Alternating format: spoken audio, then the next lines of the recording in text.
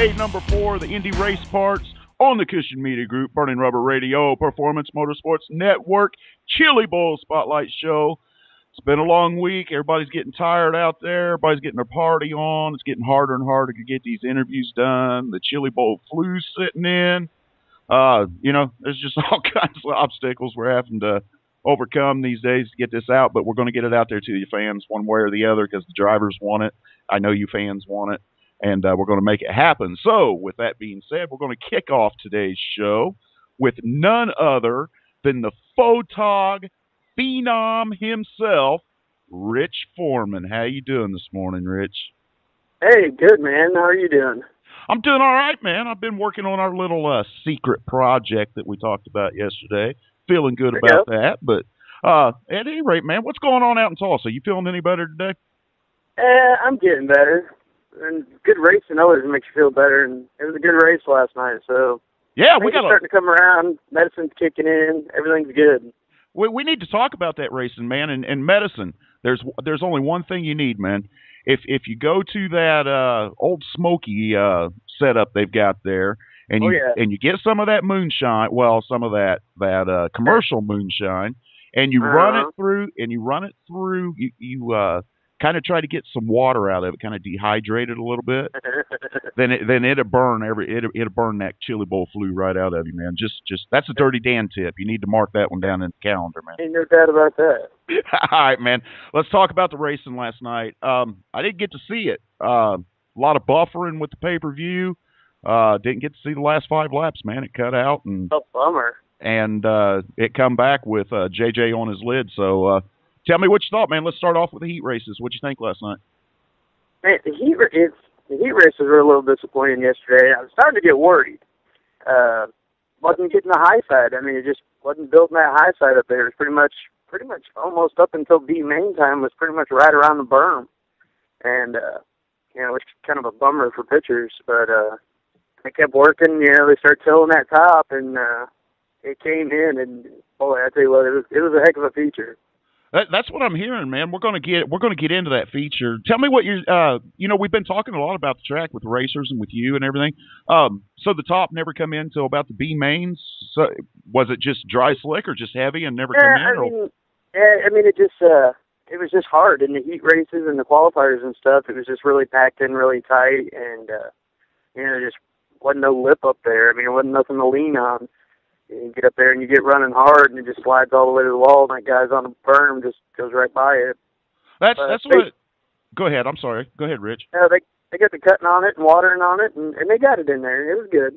I mean, they got a good crew out there. That's interesting that you say that. You used the same term that the Throttle used yesterday in his interview, talking about the track being so hard, and he gave us his insights on why the cushion was down where it was. Remember, you and I had talked about that. Where, and, because they push off up high out there, you know what I mean, in 3 and 4, so it has it packed in. But anyway, he said the same thing, that he wasn't, he was kind of wondering if they've done something to the dirt this year a little different, because it seems to be a little harder and packed in a little tighter this year than years past. Is that kind of what you're saying? Yeah, I mean, everybody, I think, has been talking about it. I mean, the track is different this year, which, I mean, it's a track that gets rebuilt every year. It's going to be different. But, there's talk that there might be some different dirt in there. It's got more rocks in it than it's ever had before. So, wow. That could be they brought in some new dirt, and it's just acting a little different than what we're used to and what they're used to even, yeah. I mean, they're used to working a dirt a certain way, and if it's some different dirt, it might be throwing them for a loop. Well, that's just it, man. There's a lot of that scientific stuff that's above my pay grade when it comes to what's in dirt, but that's kind of scary to hear at that indoor event, because we're always hearing about, it's such close quarters there with mud flying, and if you don't get hit in the head with a mud clod at a dirt track, you're not really there, you're not sitting in the right spot, man. Exactly. Rocks, that's a little bit different, but at any rate, yeah, we need to dig into that with the racers today and see exactly, what their thoughts are now that we've got 2 days of hard racing in on it. All right, man, take me up. You covered the heats with us a little bit. Take me up through the B main, man. What's going on there? Yeah, I mean, B mains were good. B mains are always good. Everybody's fighting for that last spot, get in, and there's there's some hitters in there. I think Rico was even in a B main last night. Yeah, he was. He had to come up. Yeah. Yeah, and I mean, like I said, B mains are always exciting because there's only a few spots left, so it's all out. Yeah, you brought up a good name, Rich. You brought up Rico, and we're going to get to him here real quick. But I got one question I want to ask you before we talk about Rico. Let's get your opinion. Old Slammin' Sam couldn't pick up the checker last night, and a lot of people are reading stuff into that. But I'll tell you what, he was running hardcore last night. Oh man, love him or hate him, that old man can still wheel a race car. There's no doubt about that. Without a doubt, man, that's a fact. I believe, didn't he spin and had to go to the back and come all the way back through? He might have. I think that was in a heat early. Yeah, that might have been his earlier. But he had a rough go of it early tonight. I know I got a picture of him off of 2. He got squeezed in between Knepper and another car, and I thought we about lost him there. He tried to kind of split the middle, and the hole closed up on him, and I thought he was going to go for a ride right there. Wow. I'm a little upset I didn't get to see more of the action than what I got to see last night, but I'm not going to go there. The last 5 laps was phenomenal. Yeah, that's what everybody's talking about, and there's I don't want to go negative, and I'm not going to go negative. You know what I mean? There's a lot of issues when you do pay-per-views, and you know what I mean, and it's a hard deal to do. But at any rate, man, let's talk about those last 5 laps. I like Rico. That little dude, man, I love him. I like Rico. He really I like watching him race, but he is a hardcore racer. He is a bonsai racer. It's no secret that he's on the edge every lap, and he'll race you hard and all the way up to that line. You know what I mean? And there's some people out there saying he crossed the line last night. What do you got to say about it? What'd you see? Well, I mean, I didn't get a good look at the finish. Obviously, I saw the replay, and I mean, you're going to get it both ways. You know what I mean? Right. You're going to get the JJ fans that are going to blame him for it, and then you're going to get the Rico fans that say he didn't have anything to do with it.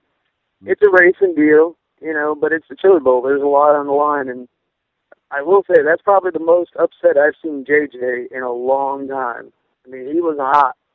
I mean, It took 4 guys to hold him back on the racetrack, and from what I hear, maybe even more off. Wow.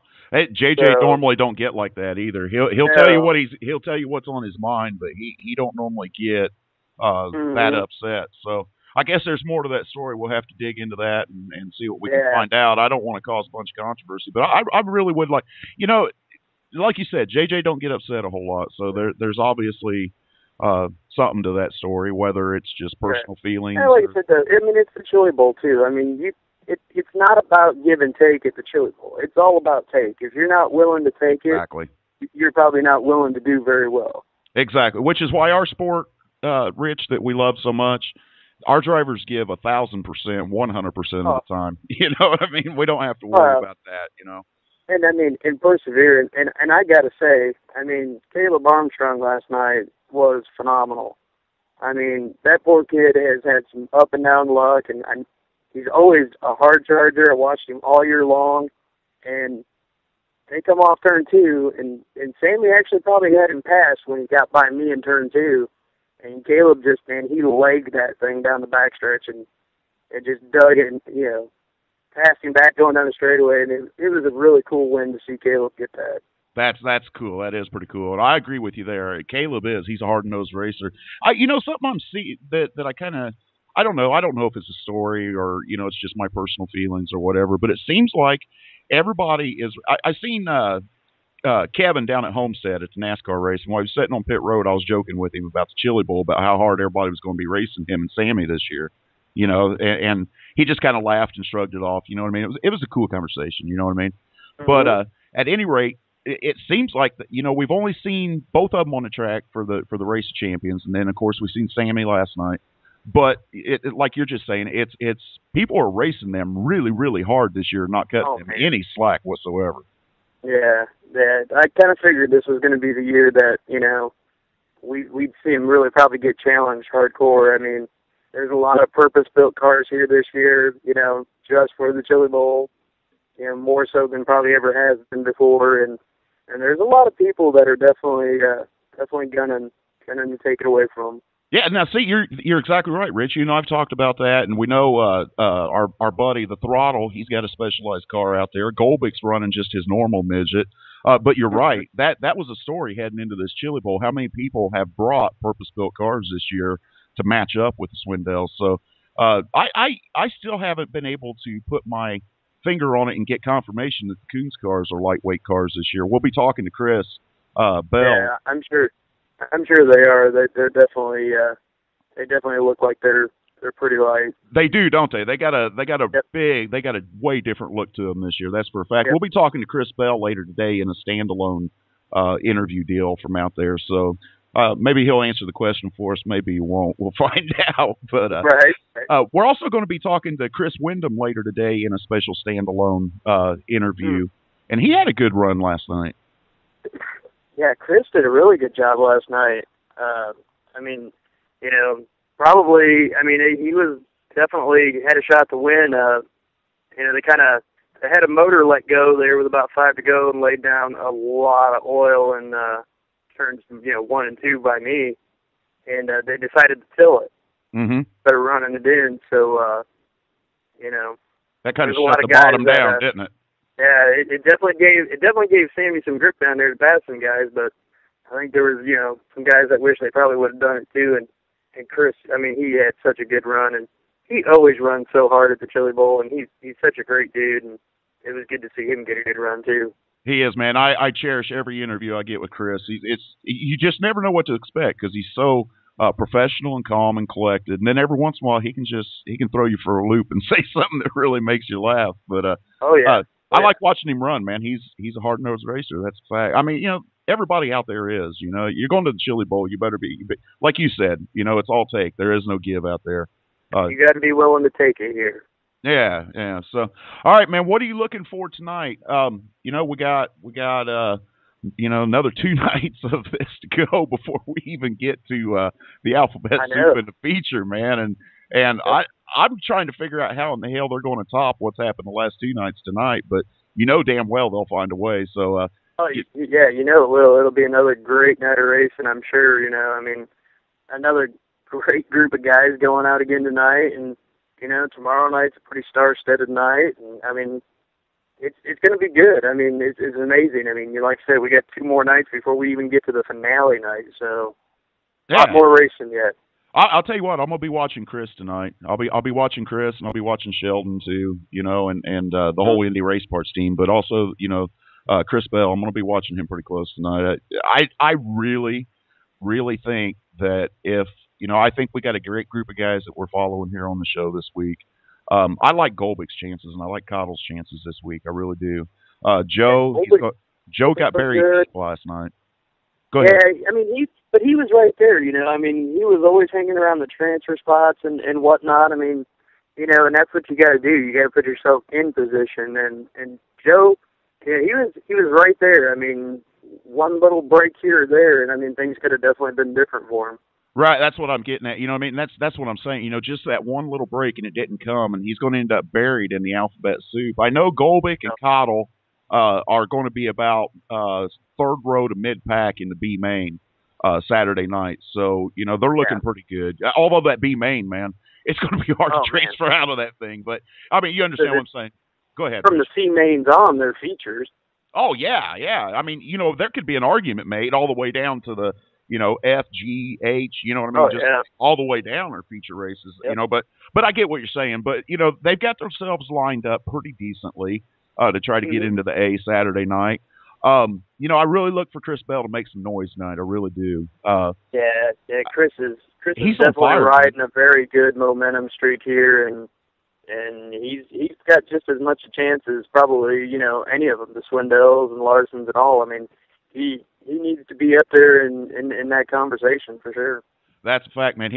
From what he showed on Race of Champions night, I did get a chance to talk to him yesterday, Rich, about your photo, and I did. I called him just to get an interview lined up today, and just to specifically ask him about that photograph. And when I asked him about it, he said, Dan, I didn't even realize that's what it looked like inside the car. He said I was just full throttle and I wasn't lifting. You know, and I'm like, wow, man, okay, that's cool. But at any rate, man. Yeah, I went and talked to him first thing yesterday and asked him if he saw it, and he got a big old smile and jerked out his phone, and sure enough, it was, the background picture on his phone. He's like, I want you to know it's the background picture. I'm like, that works for me. There you go, man. Chris is a good kid, man. All right, Rich, it's that time. We got to get out of here, man. Any shout outs you want to give, brother? Just like the back at home and the RW guys and Mike. So they had a great night last night with the Fontana Power and Caleb Star. So it was kind of cool for them, and thank those guys for letting me get out here with them. Not a problem, brother. Not a problem. I'm glad you're out there. I'm glad you're a part of this. And like I said, every day I tell you thank you, and I appreciate it, man. I know what a pain in the ass it is to take these phone calls every morning. All right, Rich, you be safe in that infield tonight, man. Watch out for flying midgets, and you know they got that berm for a ramp now, so watch yourself, buddy. I had to watch it a few times last night. They were trying to get me. All right, man. I've got a hit out on you, man. I put a bounty on you. There's a $1,000 bounty on you, so. I can see that. All right, man. All right, Rich, we're going to get out of here. We're going to go to commercial, and we'll be right back with some more of this Indy Race Parts Chili Bowl Spotlight show right after these messages.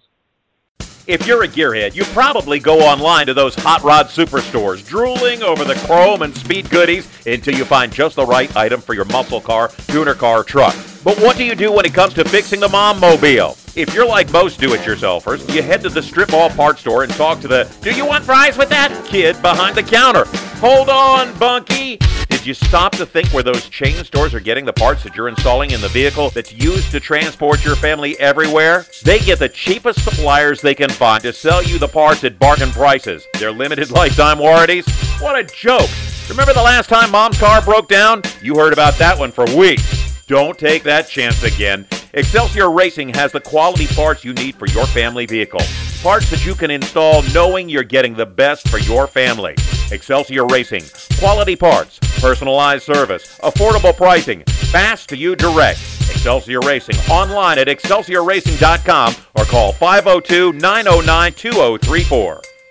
All right, and we're back on the Indy Race Parts Chili Bowl Spotlight Show on Burning Rubber Radio, on the Cushion Media Group, on the Performance Motorsports Network. And we have caught up with one of the participants that we've been following this week that actually was on the track last night, Mr. Joe Liguori. How you doing today, Jumping Joe?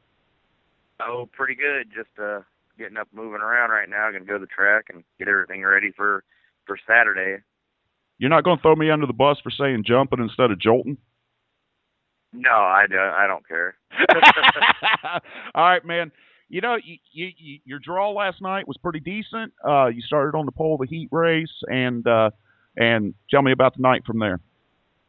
Yeah, in the heat race, and we started on pole the sixth heat race, and we had the lead going down the backstretch 2 times, and both times the guys behind us kept wrecking. So the third time, the guy finally caught on to the starts and got by me, and it would just follow the leader right around the bottom. So, you know, he was a couple car lengths in front of me, but it wasn't like he was much faster. I think if we were in front, we'd have won the heat race just because you couldn't really pass. And then, you know, come qualifier, we start on pole and run second. It kind of buried us on a qualifier. The track was just putt around the bottom, so we tightened her up a little more, and they reworked the track. And right before we went out for the first qualifier, and it was just real heavy and hammered down on the top, and we got behind the 8 ball again because we were too tight and didn't really pass any cars. It started us, I think, 7th or 9th in the B main, and we made it up to 6th. We had a car was good. It just, everybody else is just as good too, and it's hard to pass when it's just kind of a one groove racetrack, and you know, not too bad considering the funding that we have. Well, you know, that's what Rich and I were talking about with you in his interview just a minute ago. Is you were always right there at the transfer spots, and you know, but the track really never come in until about the B main to where you could do any passing. Now we talked to the Throttle yesterday, and he had made mention that in his races the track just seemed really hard this year, and we're hearing a lot of talk that the dirt is a little different this year, maybe a little more rocks, but you know, it's a temporary track; it's different every year, but. Of course, this is your first year out there, so you really don't have anything to compare it to. But are you seeing that same condition, like the track is just really hard and hard to get a hold of? Yeah, it just seems like the dirt's just real hard packed. I mean, it's hard to grab a hold of, and it's soft when they go and cut it, but then it packs in really quick, and with the push trucks running around it, and then because we're starting up on the top groove of the racetrack with all the push trucks running around it, and then us around there too, it kind of just packs the thing even tighter and just makes it kind of worse, really. Right. That's what what we've been told. Where the we was talking about where that cushion set up. How it didn't move up towards the wall the night before, and the push trucks push off up there and pack that down and not allowing it to move up. No, I mean they do a great job on the track out there. I think maybe they're behind the eight ball. They got a little different dirt consistency this year, and they're trying to get it figured out. But all right, we move on and let's move on to your I believe, what was it, C main or B main that you went to last night? I can't remember, Joe. I'm sorry for that. B main. Right. Yeah, we didn't have to go to the C, thankfully. Yeah, I guess backtracking here a little bit. I mean, you draw the pole and you get excited about that, but yet it does kind of put you, like you talked about, a little bit of a disadvantage when it comes to points if you don't transfer out. With the way they run points out there. Is that what you were saying kind of happened? Is that you couldn't really get anybody past to get any points built up? Yeah, just because we started on the pole of the heat race, and you pretty much are forced to run first or second. But if you run second, I think we're 25th in passing points. After right. that, if we'd have won our heat race, we still would have been sitting about 17th or 18th in passing points. Right. So it almost just one where you have to run up front. Right. I got you. Okay, so let's move on to the B main, man. We move on to the B main. You're running around right there near the transfer spot, and didn't quite get it done. So tell me what happened, man. We finished sixth. We ran sixth majority of the B main, and I did a slider for fifth, and then the yellow come out, so I didn't really get it 100% accomplished, and had to go back to sixth. And every restart, we kind of struggled on getting restarts. We just, ain't got a whole hell of a lot of motor in the car. Right. So just struggled on some restarts. Once we get rolling, we run up on the guys, and never had that little extra to be able to get by them. It was like a pack of cars. There were four of us all riding a little group where, I could have slid two of them if I wanted to get a little run on the dangerous side, but, you don't want to really tear the thing up trying to do that. Now, it's still early in the week to be tearing the car up. That's for sure. I mean, we still got Saturday to go. Now, it's going to put you kind of I don't know if you know where yet, and I haven't checked, to be honest with you, this morning, but it's probably going to put you kind of deep in the alphabet soup. So what's your game plan? I know Lindsay's heading out there today, and you guys are going to have a big birthday celebration and all that. I seen on Facebook where she's already left this morning. So, you got some comfort on the way. Does that make you feel a little better? Sure, I guess. We should be somewhere either in the back of a D main or front of an E main.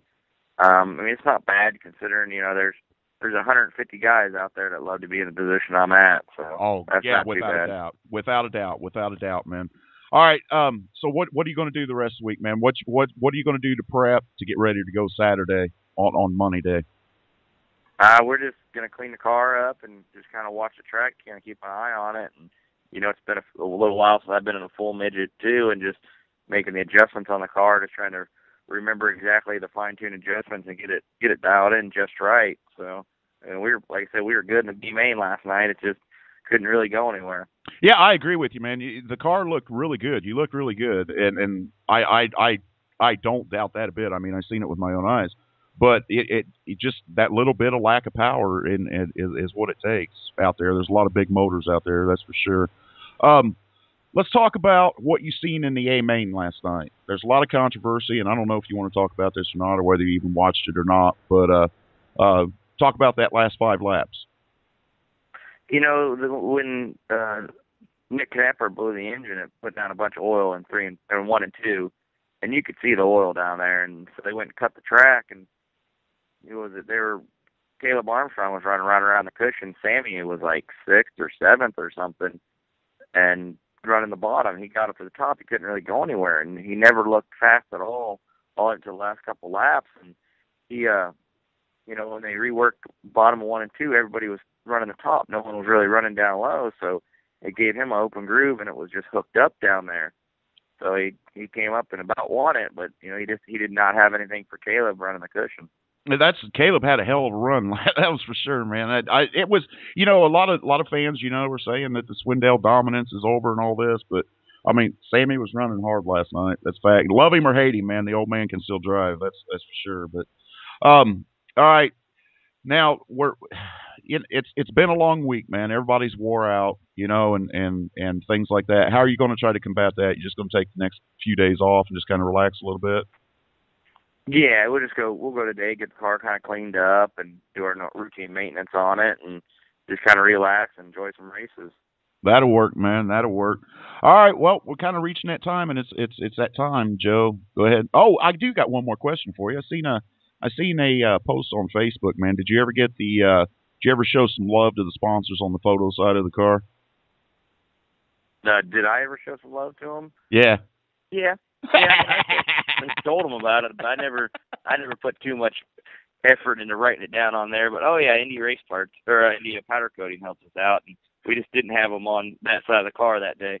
That's all it was, man. It was a big joke. I seen it, and I was like, you know what? I'm going to have to ask Joe about that. See what he says. Well, they're on both sides of the hood for this race, so. There you go, man. Yeah, it was a picture from Fort Wayne that was there. But at any rate, man, I had to throw it out there at you and try to trip you up a little bit, but it didn't work, man. So at any rate, man. All right, it's that time. Spit them sponsors out there, brother. Randall Williams, Wally Sexton, Indy Powder Coating, Indy Race Parts, CNR Racing, Brown & Miller Racing Solutions, Tension Racewear, and Bell Helmets. They've been helping us out for a while and just keeping us going. That'll work, man. All right, any other shout-outs you want to give? Just a shout-out to my wife. It's her birthday today, so happy birthday, honey. There you go. All right, Joe, we'll catch up with you. Actually, I think we talked about giving you the day off tomorrow since you guys are going to be out and having a good time tonight. So, all right, we'll give you the day off tomorrow. We'll talk to you again Saturday morning, and you enjoy yourself, man. You guys be safe out there. Enjoy the racing, and it just take all that first-time Chili Bowl experience in, man. Yep. All right. Thanks. All right, and there you have it, Mr. Joe. Just Mr. Jolton Joe. I can't even talk, Joe. You want to take us out, man? Jolton Joe Liguori. There you go. That's who it is. And we'll be right back after these messages. Ever hire, never quit. Lofty goals in this age of shoddy quality, corporate indifference, and built-in obsolescence. It's a beacon of light in a crowded field of mediocrity. The way a company is run is an indication of how you, the customer, is going to be treated. You have a lot of choices when you're searching for auto and performance parts online and at the corner parts store. So why should you buy from Excelsior Racing? Because they're simply the best online parts supplier in the business. If you're looking for selection, ease of ordering, cost, and prompt delivery, look no further. If you have a question, our customer service hotline, staffed by knowledgeable gearheads like you, will ensure that you get what you need to fix or mod your car or truck. With 1,000 suppliers, you're guaranteed to get what you need. First time, every time. Excelsior Racing. Excellence on the track. Excellence on the road. Excellence in customer service. Online at ExcelsiorRacing.com or call 502-909-2034.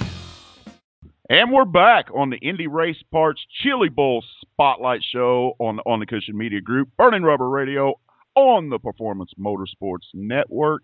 And we have caught up with a guy that I am begging for somebody to nickname this cat, but I can't.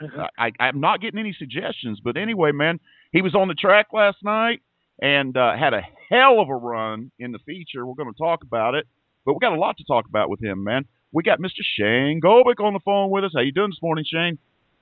I'm doing pretty good. Feeling a little better after, getting a good run in last night.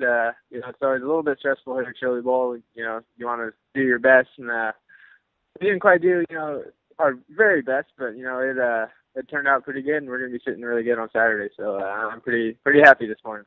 I was a little bit nervous last night, man, because you and I spent an extended amount of time yesterday talking about racers coming through the pack, and if it made you feel comfortable that she's going to be able to do it. And lo and behold, I'll be damned if you didn't have to do it last night. We'll get to that in a minute. We'll save the feature for here in a little while, but let's start off with your heat race, man. Tell me about what happened. Well, we drew a 75 out of 100, which we started sixth in our heat out of 8 cars, which I wasn't too bummed about. It's good to start a little bit back in the heat race, so you have an opportunity for passing points. We started sixth, and that heat race it was pretty tough racing there. There's a lot of cars that were a little bit slower than the cars that were coming from the back, and it made for some pretty hectic racing for sure. But we were able to fight our way up, and I think I passed the same car about 3 or 4 times, and he passed me back. We ended up getting second though. We finished second behind Rico in the heat, so our sixth starting spot to the second finishing spot helped us in points. We were fifth in points after the heat races, so it was a really good start to the night. We just talked to Joe Liguori about that, and he started on the pole in his heat race. I want to touch on the passing points with you for a minute, Shane, because there's a lot of people out there that don't understand how the fields are set every night. So if you don't mind, let's kind of touch on that a little bit. He started on the pole and ended up finishing third, but we know he's lacking a little bit of motor. The car's handling, but the motor's not. But moving on, he made the comment that it was hard, that it put him back into the V main because there wasn't an opportunity to get points. When you start on the pole, you're pretty much forced to finish first or second. You know what I mean? Or it actually hurts you. And with what you're saying, you started deep in the heat, which gave you a chance for passing points, which you accomplished. So can you kind of from a racer's perspective, you said you were happy about that, and normally we wouldn't be on a weekly basis. We'd want to be starting up front in the heat. So can you kind of just for a second just kind of explain to the fans out there what you're talking about being happy about starting deep? Here at the Chili Bowl, they do passing points, so it goes off of your starting position and your finishing position. So if you go forward in your heat and you pass a couple cars, you get some bonus points. So sometimes it's actually better to, like in my heat, I started sixth and I ran second, and Rico Abreu started second and he won it. And even though he won the heat race, I still had more points than him after the heat.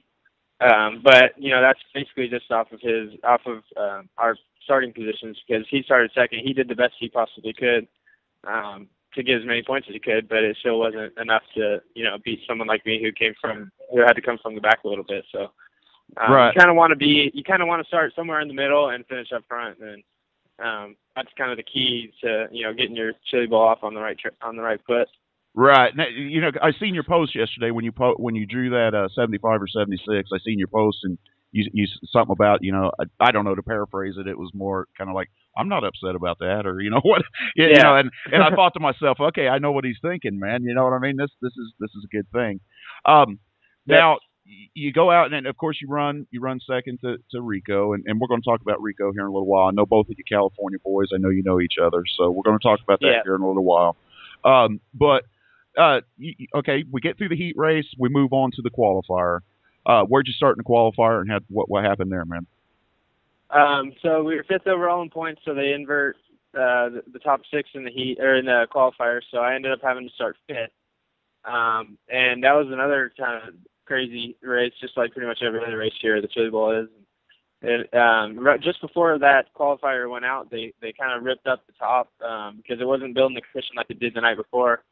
So they did a good job making the track, wider and a little bit racier, so it did have a top, but I was forced to start on the bottom, and I kind of got pinned down there for a while, and a couple cars got by me. I think I fell back to seventh at one point, and then I fought my way back to fifth, which it was just enough to I didn't lose any points as far as like people coming up through the pack and getting passing points over me. So I started fifth and finished fifth, which I wanted to do a little bit better than that, but after falling to seventh, I was happy to salvage that fifth spot. So that ended up putting us. We dropped from fifth in points down to 15th, which they take the top 16 to the A main. So I was okay with running 15th in points after the qualifier, and especially the night before with a few of the guys coming from the back and going to the front. So I was still pretty confident at that point. Did you feel deja vu or anything about our conversations, or did it even enter your mind when you were going to start at the back? Yeah, no, like we talked yesterday about how, I shouldn't be worried if I have to, start towards the rear. So yeah, it was kind of funny. I actually did think about that a little bit yesterday. And, it was good that I had one night of racing to watch and get that little bit of a confidence booster to know that the track's going to be there for us. So right, it worked out really well. Now let's talk about that B main. You'd made mention that you'd fell back to 7th and got yourself back up to 5th, and we're hearing today. Well, we've been hearing for the last 2 days, but after 2 days of hard racing on the track, that the dirt is a little different out there this year. It's a little harder packed, a little rockier, a little more, a few more rocks in it. Yeah. And we know it's a temporary track, so it's going to be different every year. But there's just something about the dirt consistency this year. To where the track last night really didn't come in until the B main. Do you have that same outlook as to what the track was like last night, or do you have something different? Yeah. The track last night was much different than the night before. I built Tuesday night built a real nice cushion early in the night, and last night it seemed to be a little bit drier and a little bit siltier almost, where the dirt didn't want to build up on the top. And stick there. It just kind of got marbly and just kind of blew up, and it just stayed real smooth and marbly up there. So you can never really go up there to try and pass people. It was kind of the first half of the night. It was just kind of fight for who could run the bottom the best. But they did a great job. They had the tillers out there, and they got the track to where for the A main it was pretty racy. I mean, it was wide and fast, and you could run the top or the bottom and slide jobs, and it actually turned out to be a really good racetrack. Everything we love, huh? Top to bottom, slide jobs, ripping the lip. That just letting her That's eat, huh? That's right. Yeah. All right, man. Let's move on to the A main. Tell me about the A main, man. I know all the answers, but I'm gonna let you spit them out there. Where'd you start? We started 15th, like I said earlier, and then we ended up getting our way up to 6th. I had kind of a little bit of a slow start. I didn't hit the bottom like I wanted to, and then I think about 5 laps in, I started really hitting the bottom really well, and made a lot of progress on the bottom as the top was still kind of coming in. The bottom was still fast enough to make moves there, and I was kind of following Sammy through the pack a little bit. And actually got alongside him a couple times, but wasn't able to get by him. But we ended up getting up to about 9th with a few to go. They had that last restart. We were 9th, and we ended up gaining a few spots there at the end, sort of by luck. Brad Lovett was a couple cars ahead of me, and he got into the cushion in 3 and 4 real hard, and it actually his car bicycled a little bit, and it kind of balled up to a couple cars behind him, and I was able to sneak by 2 of them. Got a couple spots there, which helped out, and then last lap it got pretty crazy off turn 4 with Rico and JJ getting together. So yeah, that ended up getting me another spot. Yeah, you're getting a little ahead of the game there, man. You're trying to move forward on me, Shane, and I got something I want to back it up just a little bit. You mentioned that you were rolling the bottom and you still could, the top still hadn't, you really didn't feel comfortable up there. Now, with what was it, about 5 laps to go or so, we had a blown motor, oil down. They tilled the bottom of the track up. Did that how did that affect you? I think it was the 55 car oiled down the track real bad, and they tilled up the bottom, and I knew the bottom was going to be better down at that end. I was thinking about going down there, but I kind of had to react on who the car in front of me was going to do. I didn't want to go down there and really follow the guy in front of me and not be able to make any moves. So I believe it was Jerry Coons in front of me on that restart, and he decided to try the bottom. And it didn't really, he didn't really make a whole lot of progress. I was able to stick right with him, so I actually never went down there into the bottom on that tilled up part down there. But I know from listening to other people, I guess Sammy really gained a lot of spots down there at that end. Yeah, because Sammy was back there around where you were right before that restart, wasn't he? Yeah, I think he was about 6th or 7th on that restart, and he got up to 2nd using that bottom. I'm sure he was in his car, dialing the knobs in just to hit that bottom as good as he could. Oh, I think he must have benefited from having people in front of him decide not to go down there. He probably had a pretty clear lane down there to just rip the bottom as hard as he could. And, I didn't really have that opportunity with Jerry going down there. So, and we also had a lap car who was trying to stay out of the way and go down there too. So I didn't really get to use that bottom, but that was definitely something I was thinking about. All right, well, we're going to that puts you. We're going to talk about the JJ Rico thing here in a second, but your finish last night puts you, I believe, somewhere probably mid-pack in the B main for Saturday night, correct? Yeah, we should start, I believe, 5th in one of the B mains, so 3rd row. Since we finished 6th, they take the top 3 from last night or each night to the A, and then 4th, 5th, and 6th make up the first 3 rows of the B. So we should be starting 3rd row inside of the B on Saturday night, and they take 6th. So we should be sitting in a pretty good position. It's going to be a tough deal to stay in that top 6, but that it is. The Bs are going to be tough, and you and I talked about that. You know, the Bs they could be big money shows on their own out there at the Chili Bowl. That's you and Shane, the Throttle, the two Shanes, man. You guys, your Chili Bowls are kind of running neck and neck. You know what I mean? Kind of the same results. Come Saturday, you guys are in about the same position. So it's going to be interesting to watch. All right, let's move it on, man. You tried to speed us up there, and I had to slow you down a little bit, but let's talk about it, man. It's kind of the big news of the night last night. It actually kind of outweighed the finish by Caleb and Sammy, which I think Caleb, that's an awesome deal. You know what I mean? But at any rate, JJ was pretty fired up, man. Don't usually see him like that, where he has to have people holding him behind. Did you have a chance to see what happened? No, I didn't quite see anything that, what happened to start the thing. All I saw was him upside down kind of in front of me, and I had to, kind of make some evasive moves there to try to make sure I didn't hit him, but also get across the line as quick as I could. But I did talk to a few people, and Kyle Larson I was talking to him a little bit, asking him what happened and what he saw. And from what he told me, and what I've heard from a few other people, was Rico threw a slide job at JJ, and Kyle had said it was kind of a slow slider, like he gave JJ a decent amount of room. Gotcha. And actually gave him a little bit, like 3/4 of a lane, kind of, or maybe a full lane to drive back around the outside if he needed to. And I guess JJ kind of tried to shoot that gap, and the gap closed up a little bit as he was trying to go through, and he ended up getting upside down. And just a racing deal, man. Just a racing deal. From what Kyle was telling me, it sounded like a racing deal. But I understand JJ's frustration with, they're both about to finish in really good spots for Saturday, and he got his spot taken away from him. So and it's an emotional deal here at Chili Bowl, because that went from him finishing, I guess, 4th or 5th, till back, and he'll be in like a C or a D main later in the week. So it's that whole big swing. picture racing. The whole big picture racing thing is exactly what it sounds like last night. Once again, we're not trying to throw anybody under the bus or go negative. Just throwing it out there. The fans, people want to know what happened, and who better to ask than the people that were on the track. So, the thing about it is, Shane, out there, do you see that when you go to the Chili Bowl, we always talk about give and take on the racetracks, and that's kind of what that situation was.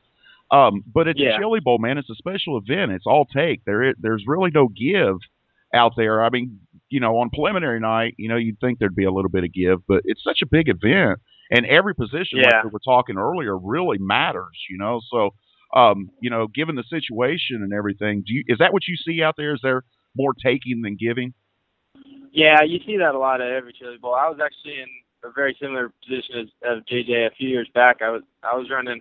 I was running 4th and 5th. There's about 3 laps to go, and a guy, he was driving a number 0 car. I forget his name. He's from Pennsylvania, but he was running 5th, and he had a shot to try to slide me for the 4th spot with a few to go, and he just he committed to the slide job, and he came up really short and just got right in the side of me, and ended up getting me upside down, and ended up collecting a bunch of other cars in the process. And it makes you think, like, why don't you just kind of cruise around for the next 3 laps and take your 5th spot, and you'll be in a good position on Saturday in a B main and have probably no problems with that. But he wanted to get that 4th spot, and it ended up costing him his transfer or his good night too. He ended up getting crashed out too. So that's one thing about Chili Bowl people. They get pretty amped up for this deal, and rightfully so. I mean, this is a huge race, and the better you do, more people will notice and everything. But there's a point where you just gotta take what you can get, and it'll probably end up better for you later on in the week. I agree 100% with what you just said, Shane. I really do. I just hate that it has to be so much negativity about what happened last night. You know, what I mean, a big controversy over it, and I guess if it was, if it's two different racers that it happened to, it probably wouldn't be that way. But it was JJ Yeley and Rico Abreu, and JJ, of course, we know who JJ is, and Rico's made a name for himself. I know you race against Rico quite a bit out there in California. Yeah. And he's a hard-nosed racer. I like Rico, man. I love watching him. Oh, yeah, he's a gasser. And, if he sees an opening, he's going for it. And that's a big reason why he's so good. I mean, he goes for it. He doesn't leave any chances. He doesn't shy away from, hard races. No, he don't. No, he don't, man. I like I said, I like them both. I've got a history with JJ and doing what I do and Rico, I love to watch him race. So, but at any rate, man, it's kind of cool that you got to talk to Kyle, and I know those are all your buddies from out there in California, and you guys grew up together, and it's pretty cool. You guys are all so tight knit, but we'll see what happens come Saturday night, and I don't know, one more comment that I have on that, and you may have something to say about it or you may not, but to me, Rico's kind of getting a raw deal in this, by everything that's going around in social media today. And because he is a hard racer, and there is a lot of incidents with him, but once again, it goes back to he's a gasser, man, and people used to call me a gasser, believe that or not, Shane. But with that name comes that territory. You know what I mean? There's only one, and it is what it is, man. But at any rate, man, let's move on. All right, what are you going to be doing the next couple days, man? You got a couple days off here. Just right now we got back from breakfast with the team, and we're gonna get going on maintaining the car, getting it ready for Saturday. We're gonna try and get all that done today and get it out of the way. That way we can tinker on it tomorrow and get her all cleaned up and shiny for Saturday, and so we can do it on B main. But other than that, I'll just be watching racing and having a little fun, and studying up as much as I can for Saturday and seeing how the track holds up for different racing conditions and all that. So what's in your mind right now? Yeah, typical Chili Bowl. What's in your mind? If you don't mind, let's talk about that for just a minute here. We've seen the act. Obviously, practice on Monday. We can kind of just brush that off. That's just hot laps. Yeah. Much. And then we go to racing on Tuesday night. You've seen the track. Then obviously last night you were on track. Was there a big difference in the track surface between the two nights? What are you looking for tonight, I guess is what I'm asking. What do you think is going to happen tonight? I think they'll get it back more similar to the first night. I think the top kind of got away from them. It didn't have any sort of a top for the heat races or even the C mains, and it kind of came back for the qualifiers. But I think they're going to put some more moisture down on it and try to keep that moisture in it longer this time. You might see some narrow, fast heat races tonight, I'm guessing, but come qualifier and B main time, I think it'll be really good. And hopefully they can get it similar to how it's been for the two features both the nights so far. That's been really good racetracks, pretty much all you can ask for as a driver. So it might take them, it may take different routes to get to the same point of having a great racetrack at the end, but as long as they get to have a good track for when it matters in the feature, then none of the drivers will complain too much. Gotcha. Now there's another one of that. I call you guys the class, man. The class, and I put you, Christopher Bell, Kyle Larson, Rico Abreu, and a couple others. Put you guys in this what I call the class. And Chris runs tonight. What do you think? How do you think Chris is going to do? Oh, Chris, he's going to do good. He's one of the favorites to win. I think he looked really good in the Race of Champions the other day, and he's had a heck of a year in the Keith Beans car. So I'd put my money on him tonight. And I know there's some other really good guys going tonight, but he'll be up there. He's a smart racer too. He's not going to go out there and do anything dumb to hurt his chances at doing a good job. So I think this place kind of is perfect for him. He's a smart racer, and he's not going to take any dumb chances. No, I think he showed in that Race of Champions the other night with when him and Casey kind of had their incident. He wasn't going to back down. That's for sure. Yeah. Have you seen that picture, Shane? Yeah, I have. I saw that happen in person too, and I don't know how the heck he didn't get upside down. It was crazy, but sometimes that's what you need. Just a little bit of good fortune. I called him yesterday. I don't know if you've had a chance to talk to him, but I called him yesterday and I asked him about that photo. And of course, Rich Foreman was the one I got the photo from, and we talked about it in Rich's interview earlier. But I'll tell you, I called Chris and he said, "You know what? It didn't feel like that in the car. I didn't even realize. It didn't seem that bad." He said, "I just full throttle. I wasn't lifting. And I'm like, okay. Yeah. You guys are crazy, man. You young kids are crazy, brother." But, back in my day, it was, if you're packing the left front, you're getting wild. You know what I mean? Yeah. you pull a wheelie, man, and it was just pure craziness. But at any rate, man. All right, Shane, we've reached that time, man, and I appreciate you going extended time with me today. I really wanted to spend some time with you talking about your night last night. Spit them sponsors out there, man. Who's writing the checks? Whose car are you driving?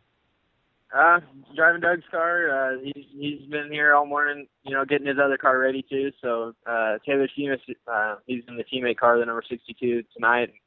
I wish him all the luck he can have, and I'm going to be there helping him out and see if we can get the 62 up front as well. And so I got to thank Doug and Fred Hubbard, who's also out here. He's one of the biggest helpers on the 26 and 62 teams. So. Got to thank them for sure, and got to thank all my family for all the support and all the people on Facebook and Twitter and everything who've been liking all my stuff and giving me, congratulations and good lucks and all that. It means a lot to me. It's pretty cool to see all the stuff I'm getting out there, all the support I have. So I got to thank all of them for sure. You got a huge wave of support behind you, Shane. That's a fact, man. You got a huge wave of support in the social media world behind you, and it's pretty cool to see. You're very deserving of it. You're well-spoken. You're a hard racer. You put the results out there. So hopefully 2014, man, I know you're struggling to get some things done, and there's some things that we can't talk about, quite yet that you're working on. But I see some big things happening for you, brother, in 2014, and I can't think of a more deserving person that it should happen to. One more question for you. Your mom made a post last night that after you're finished, she was all happy. You could just, how when you read certain words and they're put a certain way with punctuation, you can kind of get an idea of what's going through the person's mind when they post it. Or you could be totally wrong, man. That's the social media world. But yeah. She seemed really damn happy last night, and she said that you guys were a very happy team. So what'd you guys do after the race last night? For some reason, I think I know how you're going to answer this, but go ahead and answer that. Yeah, we're not the craziest bunch. We didn't go out and, party or anything too hard. We hung out at the track a little bit and, celebrated a little bit at the track, and then we went out and all went to IHOP and had some fun in the middle of the night at IHOP and with my buddy Ryan Burnell, and my brother came out on Wednesday, and my dad and grandpa, everybody flew out yesterday before the races. So we all went out to a big dinner and kind of had some fun at IHOP and messing with the waitresses a little bit.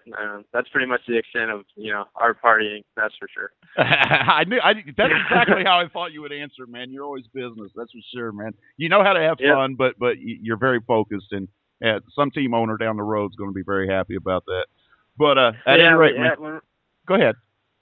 Oh yeah, no, I was just gonna say, when we're at the races, we try to, keep it as much business like as we can, and it seems to be working out for us all right. So. I got to thank everybody for, sticking on that plan too, and everybody stays focused, and if I stay focused, everybody else does too, then it all goes really well. It's a hard thing to do with all those wild people out there in Tulsa. Man, I know that. Right. So that's saying right. A lot. All right, Shane, we know you're a busy guy. Good luck to your teammates tonight. Throw him some secrets, man. Tell him what's going on, man. Let's get him up there and get him in the show Saturday too. So other than that, man, we'll talk to you tomorrow morning and see what you're doing, see what you're up to, and all that stuff. But once again, I know it's a pain in the ass, but thanks for doing the show every day, brother. Oh, yeah, no problem. Thank you for having me on. It's been good. All right, man. With that, we're going to get out of here, and that's going to complete this episode of the Indy Race Parts 2014 Chili Bowl Spotlight Show on the Cushion Media Group. Burning Rubber Radio aired on the Performance Motorsports Network and many other outlets. I don't know who they are. You'd think I would be a more professional and get those out there. But at any rate, I need to work with you on that, Shane. Okay. At any rate, man, we're going to get out of here for the day. We'll catch up with these cats tomorrow. Check out the pay-per-view on racingboys.com. And remember, MAV TV, Saturday night, you can catch the A-Main live. With all that, we're out of here, and we'll catch you all tomorrow. Thanks a lot for listening. If you're a gearhead, you probably go online to those hot rod superstores, drooling over the chrome and speed goodies until you find just the right item for your muscle car, tuner car, truck. But what do you do when it comes to fixing the mom mobile? If you're like most do-it-yourselfers, you head to the strip mall parts store and talk to the "Do you want fries with that?" kid behind the counter. Hold on, Bunky. Did you stop to think where those chain stores are getting the parts that you're installing in the vehicle that's used to transport your family everywhere? They get the cheapest suppliers they can find to sell you the parts at bargain prices. Their limited lifetime warranties? What a joke. Remember the last time Mom's car broke down? You heard about that one for weeks. Don't take that chance again. Excelsior Racing has the quality parts you need for your family vehicle. Parts that you can install knowing you're getting the best for your family. Excelsior Racing.